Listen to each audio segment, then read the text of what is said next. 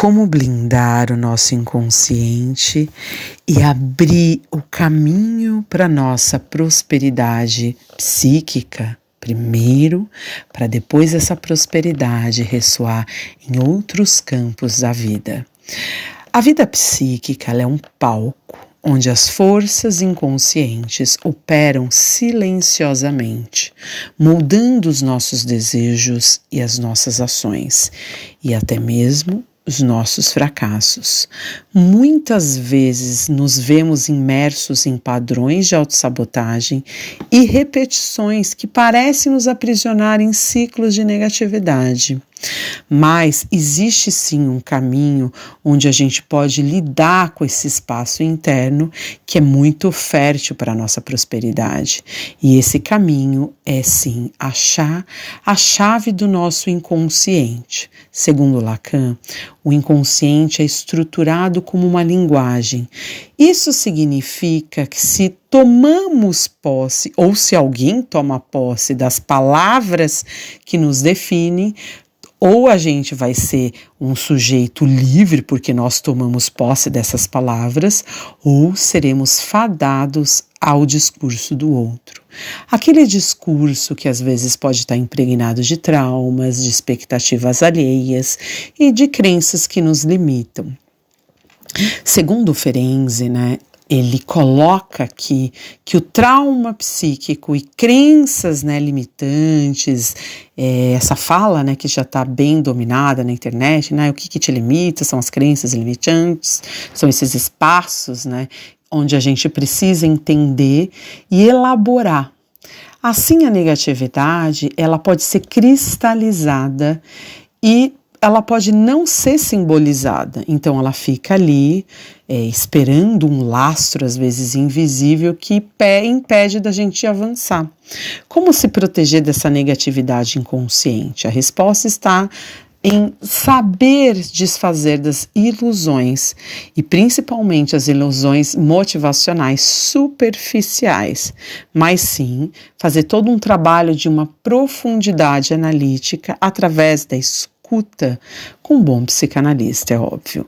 E esse analista, ele vai estar num lugar que ele pode ressignificar essas questões traumáticas, essas questões que aprisionam o sujeito. Não basta querer prosperar, é preciso entender que sim, há fantasmas psíquicos que bloqueiam o nosso desejo. E a prosperidade, ela está muito integrada com essa questão do contato que a gente tem consciente e muitas vezes inconsciente desse desejo que está ali às vezes aprisionado. A estrutura psíquica ela carrega interditos silenciosos. Quais são esses interditos silenciosos? Na verdade, são as questões pelas quais a gente acha que não pega nada, que alguma coisinha ou outra, mas sempre aquele algo, que puxa a gente para trás. O trabalho analítico, ele permite que a gente reescreva a nossa própria narrativa, descolando nessa posição, às vezes, que a gente se coloca de vítima da linguagem, para uma posição de autor do nosso próprio destino. Parece até um clichê, mas na verdade, quando a gente trabalha questões analíticas, existe sim uma filosofia tão profunda que faz uma análise tão interessante e singular do ponto de vista do inconsciente, que o próprio paciente ele começa a filosofar nas próprias verdades e às vezes a desestimular aquelas ilusões que colocam a pessoa dentro de uma dinâmica quase que motivacional, que muitas vezes só leva a pessoa a processos de repetição.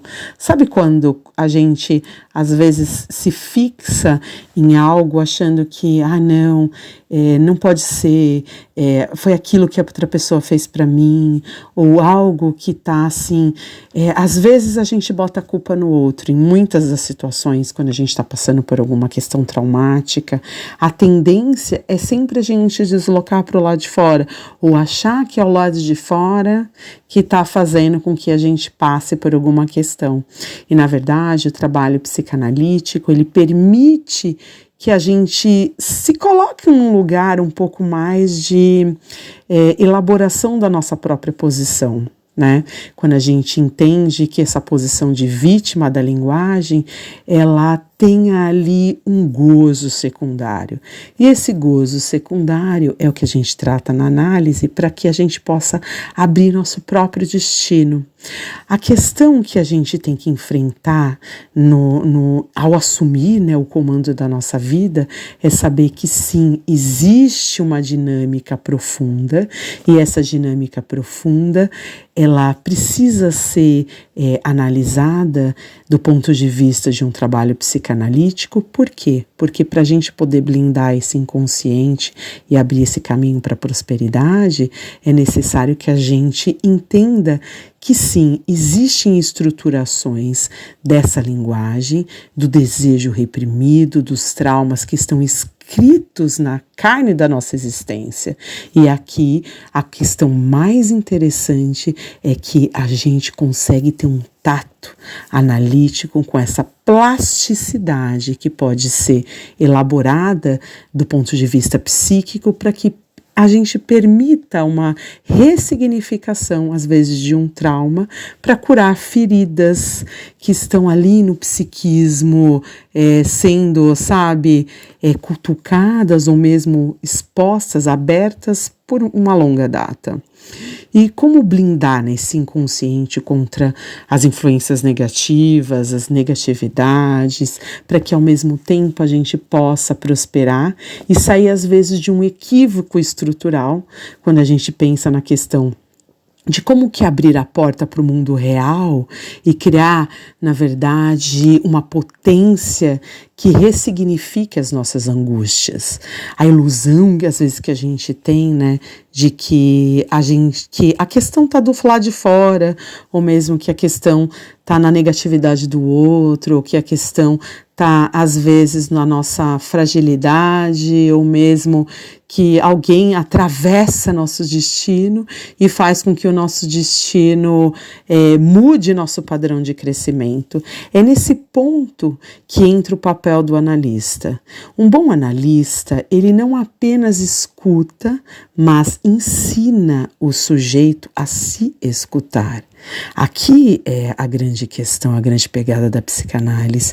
Ele oferece um espaço para que as palavras ressoem e traga novos significantes, que reorganize a subjetividade e reconfigure como a pessoa mesmo se olha.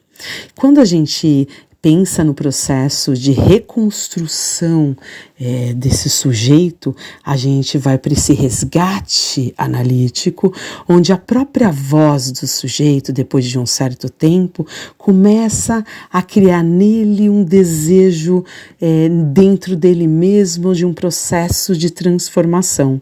Um bom analista experiente é aquele sujeito que oferece um acolhimento, e quando esse sujeito está acolhido, esse sujeito sai desse campo de gozo, às vezes estagnado, para um desejo verdadeiramente ativo.